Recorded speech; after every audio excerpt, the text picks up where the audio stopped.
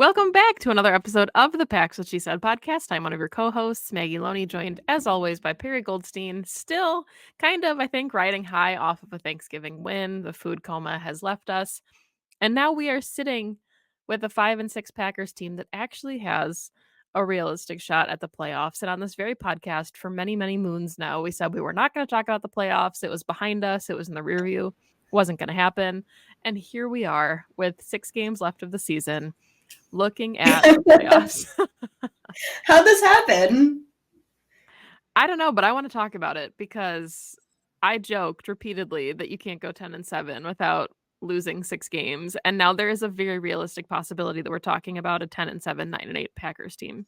And we wouldn't be talking about it if it wasn't for the trajectory that they're on these last couple weeks, really starting to put everything together. Yeah, and it also helps that they kind of control their own destiny with the way that the teams who are in their way have been playing, right? So we're coming off a abysmal Monday night game. I mean, so gross. Truly horrible football was played by the Minnesota Vikings and the Chicago Bears, but for whatever reason, the Chicago Bears decided they must win this game, and to everyone around them, they assisted the Packers. It was to the detriment of themselves and to the detriment of the Minnesota Vikings, because the Minnesota Vikings and the Green Bay Packers are kind of in contention for a wild card spot against each other. I think it's pretty clear that the Detroit Lions at 8-3 are going to be the NFC North champions, which is also wild to say. Revel in it, Detroit. You deserve it. Excuse me. So Minnesota loses, and I think when you see Kirk Cousins go down, they're right at 500 now. I think their trajectory is on the decline. The Packers, you said it, the way they're playing is on the upswing. The Packers need the Seahawks to lose. They need Minnesota to continue to lose. The Packers are right outside this playoff picture. They have the opportunity to get the 7th or the 6th seed. And the Packers just need to continue to win. That's all they need to do. It's at the point now where if they lose a game or two, they have pretty much like a 75% to a 90% chance of making it into the playoffs. Now, after that, things get a little bit stickier. But besides that, if they just go, you said there's 6 games left. If they go 4-2 or 5-1 in the rest of this stretch, they're in pretty much. Yeah, so let's break it down here. You've got obviously right now the Eagles, cream of the crop in the NFC at 10-1, looking at the first seed. The 49ers right at the second seed at 8-3, Lions third seed at 8-3. Then the Falcons right now are in the front of the NFC South at 5-6. They would get the 4th seed. But then the Cowboys probably have laid claim to that 5th seed in that wild card spot at 8-3. Hard to kind of budge them from that. But 6 and 7 are both available and open right now for the Packers. The Seahawks are 6-5 in that 6th seed.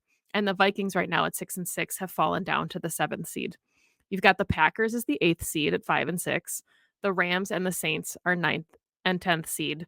But the Packers hold that current tiebreaker over both of them, having won both of those head-to-head matchups. So if you are, kind of looking at rooting interests in the NFC, I think you want to keep rooting for the Falcons to take the division, because you don't want to leave it up to them potentially looking for a wild card spot, because then the Packers don't have the tiebreaker for that. So keep rooting for the Birds, right, to take that spot. But the Vikings, the Seahawks, and the Cowboys all have really, really tough schedules. And it's not to say the Packers are going to somehow get that 5th seed, but the Vikings have 5 games left to play. They've got the Raiders, the Bengals, the Lions, the Packers, and then the Lions again. Some tough sledding, especially because 3 out of those games are away games. The Seahawks are at the Cowboys on Thursday Night Football. Really big matchup on Thursday night. So however your rooting interests lie, you might want to be a Cowboys fan on Thursday night, even if it'll hurt. Probably want to do that. Then they're at the 49ers, hosting the Eagles, at the Titans, hosting the Steelers, and at the Cardinals. So really tough sledding for the Seahawks there as well. Then you have the Cowboys. Also a tough schedule here with Seahawks, Eagles, Bills, Dolphins, Lions, and Commanders. So all of that to say, this wildcard picture is going to get really, really messy with a lot of these teams playing each other And there's going to be a lot of room for some teams to get beat up and for the Packers, like you said, to just sneak on in there if they continue to win. I really think that the 7th seed feels like very doable. Like I said, the Even the 6th Packers seed. just need to win, right? Like, and we're going to talk about the Chiefs game. This is a Chiefs preview show. And that being said, like, if I had to slate one of these games as a loss, it's going to be this game on Sunday Night Football.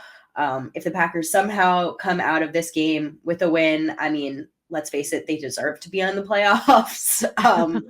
But, if then they go on the road, as of right now, it has not been flexed out, but as of right now, they play the Giants Monday night. That should be a game, as of right now, the way the Packers are playing, that they win. They host the Bucks. Again, that's a game that they should win. They go to Carolina, but Carolina right now is the worst team in football. That's a game that they should win. Just fired their head coach. They just fired their head coach, exactly. They host the Bears in January. Again, a game that they should win. So theoretically, this game against Minnesota on New Year's Eve, depending on how Minnesota shakes out for their rest of the season, could be the game for that 7th seed. We don't know, right? If Minnesota goes on a run, and this is the tiebreaker, it might be the tiebreaker.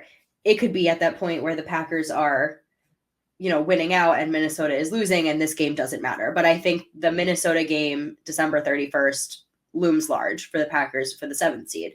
Now, again, you just said it for the Seahawks. They have a very difficult schedule. Again, if they start losing against teams that are on paper better than them, it's an any given Sunday NFL. You have no idea what's going to happen. We're watching the Denver Broncos go on a winning streak. So, again, anything can happen in this late stretch of the season. And again, the Packers just keep winning and playing like they have been the last 5 weeks. They could hold on to that 6th seed. So it's interesting that all of a sudden, like their destiny is really in their hands. All they need to do is keep winning. That's all they need to do. And the Packers could not only be, sneaking in wild card 7th seed, they could be a legitimate 6th seed. I agree with you. I don't think the 5th seed is something they should be shooting for, unless the Cowboys go on some, historic bad slide. Now Seahawks, they do have Eagles, Bills, Dolphins is a potential 4-game skid. That's rough. That's a tough schedule. They just don't look like they're playing poorly enough for me to envision that happening. Yeah, I mean, I think if my math was correct here, that if the Packers end up beating the Vikings and they tie to close out the season with the same record, the Packers, I think, hold the tiebreaker in that scenario. But I do think that there's a very realistic possibility that we're talking about the Packers and Vikings getting in at 6 and 7 and the Seahawks just missing out. It's going to be really down to the wire here. The Lions come into play again for the Cowboys. So just a lot at stake for the Packers. And let's dive into that then, because like we said, we've got a big game coming up here.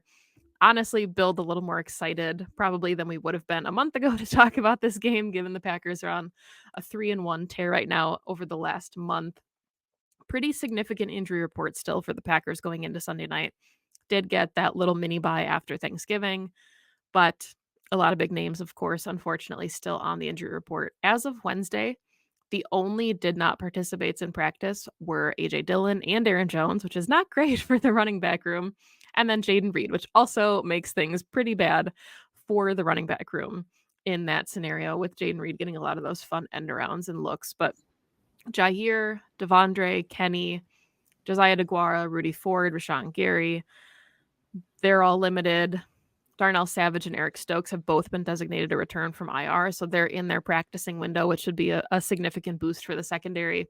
Dontavian Wicks is limited, so a lot of the key role players seem like they are on the cusp of coming back. We just have to hope now that this is finally the week that they do get back, because there's been a lot of hype the last couple weeks that certain players would be able to return, and then they're unable to do so.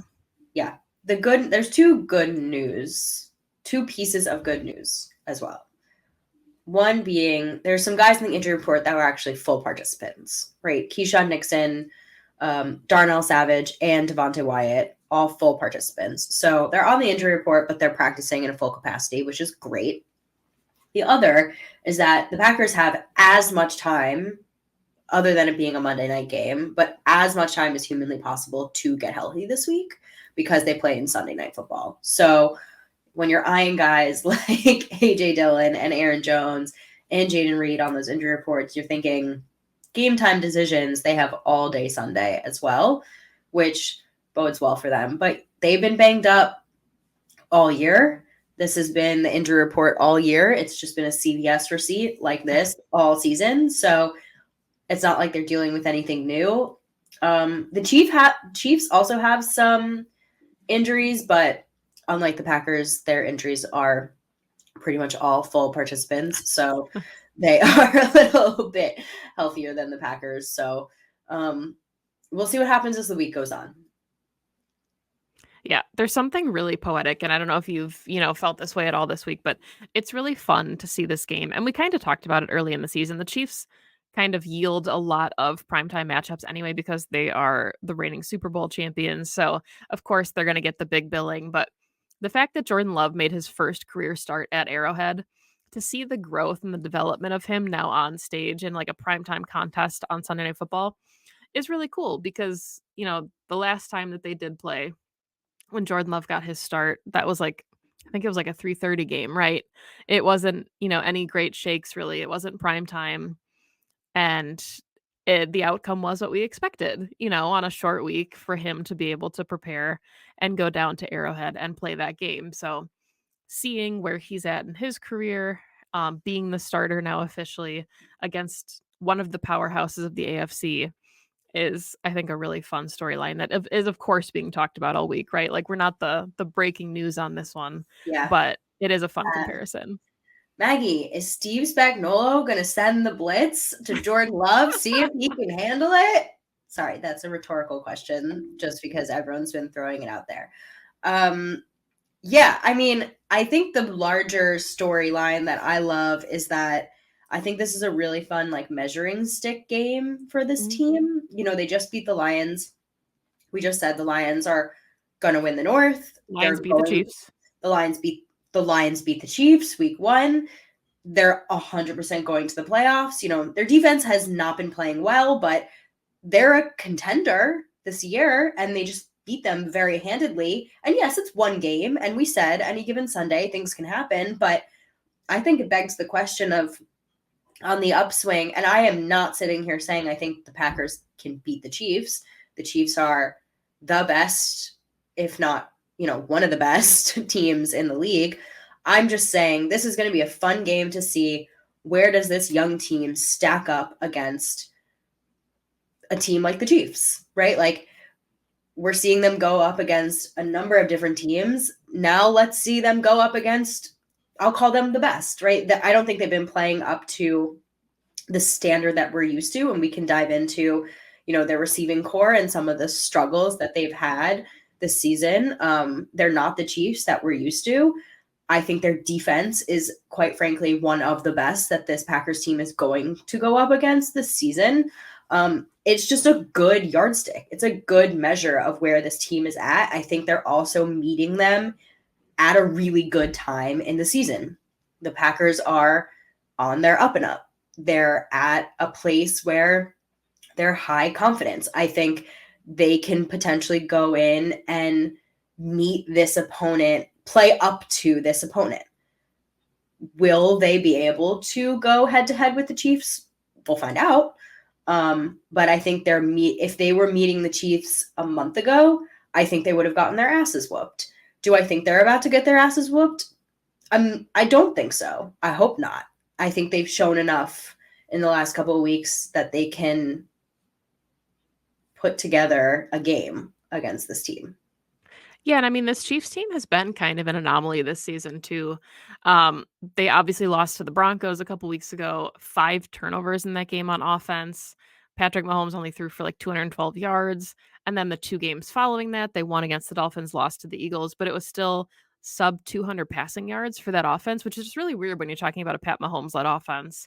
And finally, things started to click a little bit against the Raiders. They were turnover free, threw for almost 300 yards. Their ground game, I think, is kind of a challenge, and it's the same vein that we've been talking about with the Packers all season.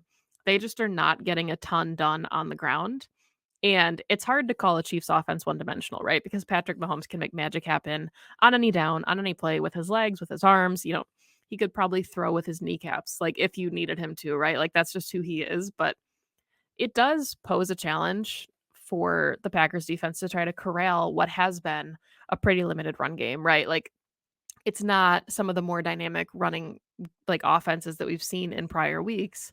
This is you're expecting Patrick Mahomes to beat you with his arm because that's who he is and what he does. So that makes it, I think, really interesting to see how this offense is cooking against the Packers defense. Yeah, absolutely. I mean, this is a good week to get your starting secondary back for sure. No, this is the ultimate test. I mean, Pat Mahomes is the best quarterback in the league. He is the cream of the crop. He is the guy who's going to be able to extend plays. I mean, him and Travis Kelce alone can probably carve you up pretty nicely. Travis is the ultimate mismatch player.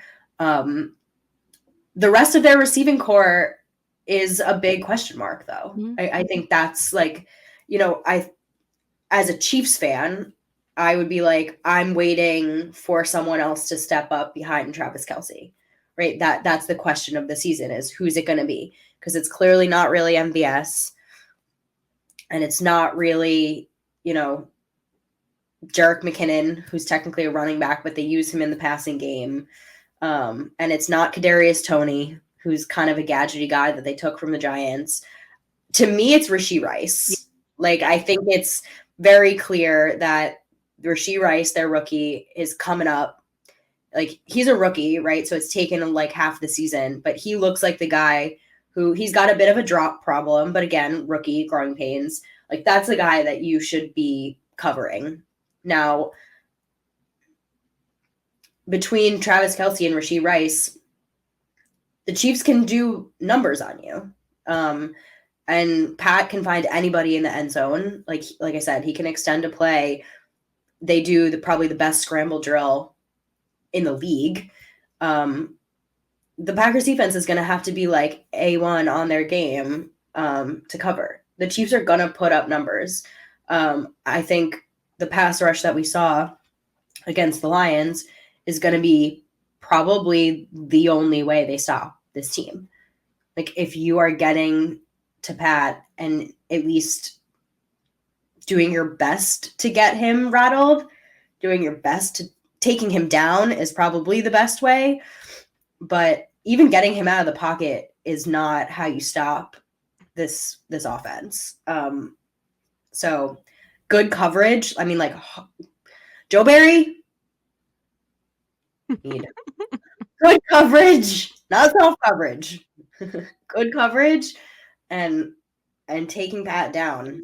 I mean, if Rashawn Gary wants to be a wrecking ball again, like, this is the game to do it. Otherwise, just accept that this team is going to put up yards against you. And you're right. I mean, they're not going to get you on the ground. It's funny, like, this is the team that Joe Barry's defense is kind of built to stop. Yes, and like theoretically. Yeah. Not practically these days, but like theoretically, like limiting the big play, stopping the pass. I don't know. Well, Go ahead. Go ahead. No, I was just gonna say, like, Mahomes, he's only taken 14 sacks all season. So, like, even though the book has been written right about how to stop Patrick Mahomes, you have to rattle him. He's unshakable. 14 sacks on the entire season is insane. And that's a testament to their O-line. It's a testament to guys like Travis Kelce, who are also really willing blockers in that offense. And they have to be to make that offense work. And when it's rolling, it's rolling. And unfortunately for the Packers, it started to get rolling against the Raiders last week. They started to finally put some things together that they've been struggling with the last couple weeks. But to the Packers' credit, nobody gave them a shot to go into Detroit either. And they put up numbers, and they had the best game of the season from Jordan Love, from a ton of their skill positions, Rashawn Gary, Jonathan Owens, a ton of guys like put themselves out there as having their, best games. So I'm excited for this one. We keep saying we're excited for it, but It's because it's one of the best teams that this Packers team has faced all season, probably the best team that they will face, absolutely the best team they'll face down the stretch. And if you're talking about a playoff push, it's like, do you want to go into the playoffs with a whimper or a roar? And if you beat the Chiefs, you're talking about a potential playoff push a lot differently, I think, than you would be if you were like, yeah, well, they're playing layups the rest of the season. Like it's a litmus test for a number of reasons. Yeah, definitely. I mean, I think this game, sorry, kind of comes down to like what Jordan Love and this offense can do against the Chiefs defense, less so than like what I mean, look, if this Packers defense ends up being able to tamper down Patrick Mahomes and the Chiefs offense, more power to them. Shut me up. Amazing. This is not like a hate to the Packers defense. It's more that like even with skill position players that aren't at their best, Patrick Mahomes can make magic happen. Patrick Mahomes can put up 28 points with Travis Kelce and nobody else. So I have low expectations. It's the opposite side of the ball that has actually, I think, been what's been keeping them in games. They're 8-3 because this Chiefs defense has been lights out. They have been so good at all levels.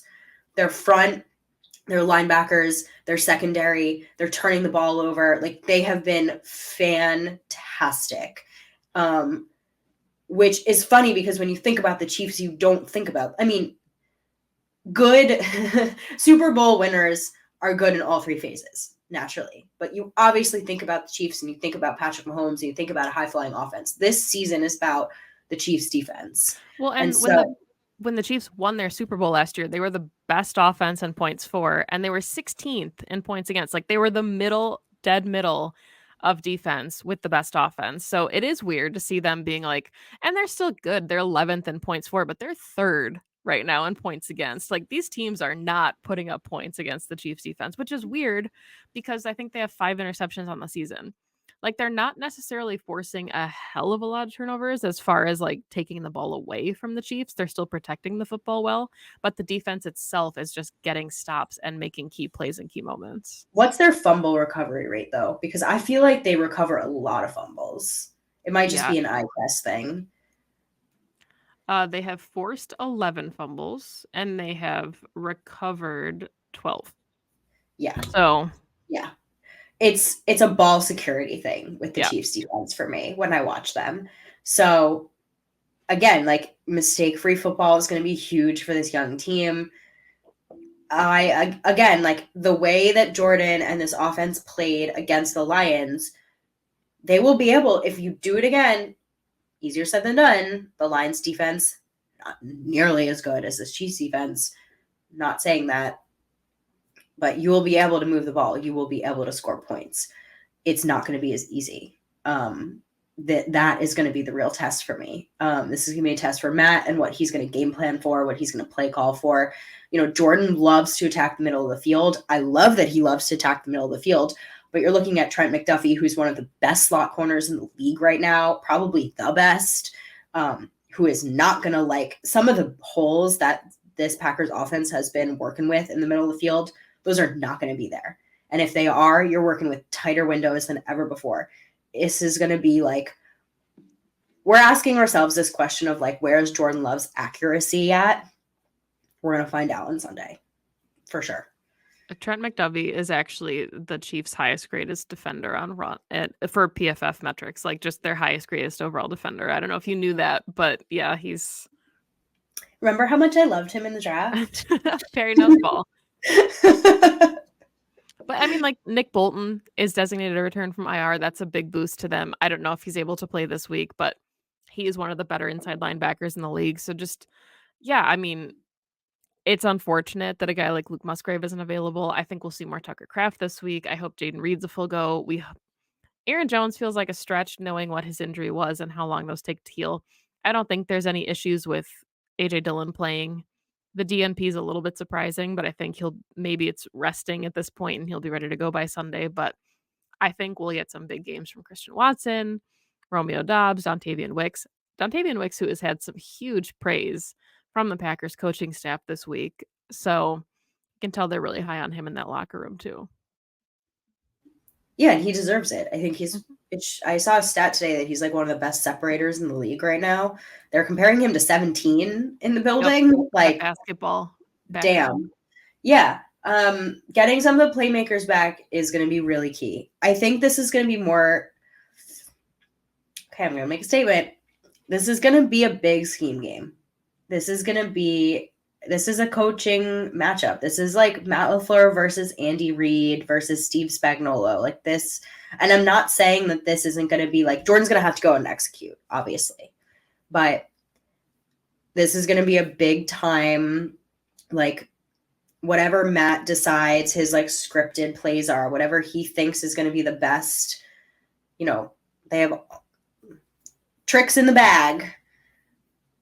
Here's the 5 or 6 things that we're going to have to go back to that we think are going to be, these are the Chiefs' weaknesses. If he gets those right and Jordan Love and this team executes, they're in this game. Like that to me is like kind of the key. Like if I'm looking at like X Factor, is we've seen Matty like in his bag this season a little bit. It hasn't always been pretty and they haven't always executed it appropriately or well. But if you look at it, it's been some fun stuff. And so, like in this game, are we pulling out the tape and doing it correctly, obviously, but I think the X factor is Matt LaFleur. Because this is a very smart and very well coached team. Can he pull out some stuff that they're not expecting and they haven't seen, or built off of things that they have seen, but it's new, that like little wrinkle or the illusion of complexity that Matt loves to use. That's my X factor. I think that the Packers need to be really aggressive in this game, and I think they need to use the exact same game plan that they used against the Lions, because I think we could argue that this was Joe Barry's best game of the season as a DC. And I think what freed him up to do that was because it's the Mike Pettins, right? It's the Dom Capers, it's all of these defensive coordinators that we've had problems with down the stretch, where they're built to play with a lead. And that's not sustainable when you have a young offense. We've talked about it. But what made them so successful against the Lions, and we talked about it on the recap show, like it didn't feel like the Lions were ever truly in jeopardy of coming back in that game because of how aggressive the defense was playing, because the offense was able to put up points and they were able to play with a lead. So my dream scenario, call me crazy, or like take a shot if it happens on Sunday night in my honor, exact same game opener that you had against the Lions, but overthrow Christian Watson. Give me like a 70-yard bomb to set the tone for the game. And even if it doesn't happen, like I think the shot needs to happen. They need to make these efforts, because I think what starts to stall out this offense is like the dink and dunk.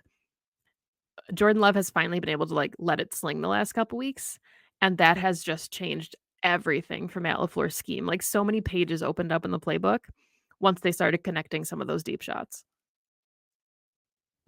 Yeah, 100%. I don't know like where the Chiefs defense stands in terms of like being able to stop the deep shot, but I love the idea of being aggressive. Like you have to with this team. I think being conservative against a team this good does you no favors. Mhm. You see it all the time, like kicking field goals against the Chiefs, it just comes back to bite you. And at the same time, like, and the Packers aren't doing this. This is my thought process as like a fan, as someone like thinking through the rest of the season. If you're penciling this in as a loss anyway, and you're thinking, well, they have so many more winnable games, they can get into the playoffs if they lose this game anyway. And you're thinking, why not? What do they have to lose by being ultra aggressive in this game? Like, they actually have nothing to lose regardless. Like just do it. See what happens. Why not? I'm with you. Yeah. I I just like I feel like on paper this is a winnable game for the Packers, and I'm not going to go out here and declare like an upset or anything. I'm not going to say that, it's like 45-10 Packers, but we've seen what we want to see from this team. Like if the arrow continues to point up, it will be a success. I don't think by any stretch it's going to be a blowout. Like, I think if this okay, if the defense stops the bleeding, it won't be. Like, I don't think we're gonna come out here and see them flat like we did against the Lions in week 4 or whatever that was to start the season. Like, I think that this Packers team knows exactly what they need to do. And of course, you're hopeful that like some of their key players are back. Like, will you feel better if Jair's on the field? Absolutely, you would. But we also saw guys step up in big moments against the Lions. So, like, I think the Packers have the players that they need at their disposal to make this happen. Because the Chiefs, yes, are scoring a lot of points this year, but they're not really blowing anybody out of the water. Like, okay, They're they not did the the Bears in juggernaut week that we're 3. used to. Like, They're not the juggernaut right, that we're used to. right. Yeah. Yeah. I wouldn't put them, I don't think at this point in the same category as like the Eagles as far as points, points scored and points for. Like, they're still a very good football team, and it's not like you should sleep on them. They're the Super Bowl champions. Like, there's a reason they are still the cream of the crop in the AFC, but I I mean, do you said think it, they're 11th. Yeah. They're not top 10 right now. Yeah. Yeah. All right, so what is your score prediction then? I've been trying to go through and look and see kind of like what they're averaging all season. I think we're gonna see some points. So I kind of feel like 27-21 maybe Chiefs, like 24-20. Like, I think both teams are gonna hit 20. But I don't think either team is gonna like go nuts. I mean, the Chiefs have only eclipsed 33 times, which is, I guess, quite a few times, but still, I think like 27-20 is what I would guess. What are the Chiefs averaging on defense? Like, what are they giving up on average? 16.5. Oof. Pretty steep, pretty tough sledding. Well, I guess the Packers are around there too, to be quite honest. Yeah. Actually, now that we put that one out there. Yeah, okay. Bold prediction. Okay, let's do it. I kind of am feeling that this might be a little bit of a shootout. Okay. I do think there's a little bit of a Mahomes magic in this one, and they do pull out a win. But I'm going like 33-30 Chiefs. Okay. It's at Lambeau Field. I haven't checked the weather for this one, but I do like that it's at Lambeau. It's going to be just stunning. The Christmas tree is up, so I don't know if anybody listening or watching this is going to be at the game, but December games at Lambeau Field are some of the most special games on the planet. Okay, we're going to wrap with this one, though. Okay. We both picked the Chiefs, but let me just say, Matt LaFleur has not lost in December as True. the head He's coach 15-0, right? Yeah. Of the Green Bay Packers. He has not lost yet. So, and I apologize for how I sound on this podcast right now. I'm very under the weather. If he does somehow win, is Maddie just like our lucky charm in December? He's getting a statue. Matt LaFleur is Santa Claus. I'm going to say it right now on the podcast. Matt LaFleur is Santa Claus. But no, it's supposed to snow on Sunday. That's the weather in Green Bay. Okay, I'm sorry. If it snows on Sunday, the Packers are winning. I know that that's not a thing, but if it snows, I'm switching it 33-30 Packers. Let's get like a Harrison Butker, like wide right. Like they're going for overtime and they just miss it in the snow and the wind. And we are due for an Anders Carlson win, like walk-off win. We haven't had one yet. What's his long? 52. Let's do like a 54-yarder in the snow to just for the win. Yeah. All right. That's our Christmas wish.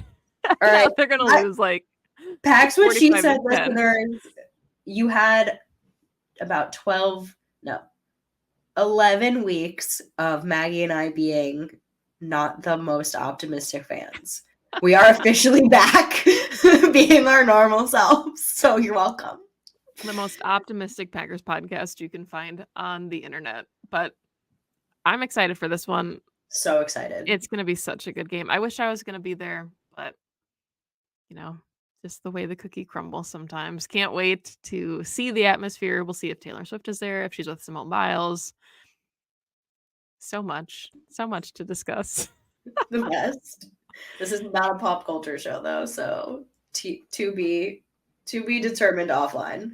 I'm reining it in. You can shake off that comment if you want. But yeah, thank you as always for listening to the show. This has been the Pax What She Said podcast. You can find us on Twitter at PWSS Podcast or on YouTube and everywhere you find your favorite podcasts at Pax What She Said. You can find Perri on Twitter at Perri_Goldstein. You can find me on Twitter at Maggie J. Loney. Thank you as always for listening to the show. We're hoping to be back on Monday talking about an incredible game. And it should be regardless. Green Bay, Lambeau, December football in the snow. Nothing is better. Go Pack Go.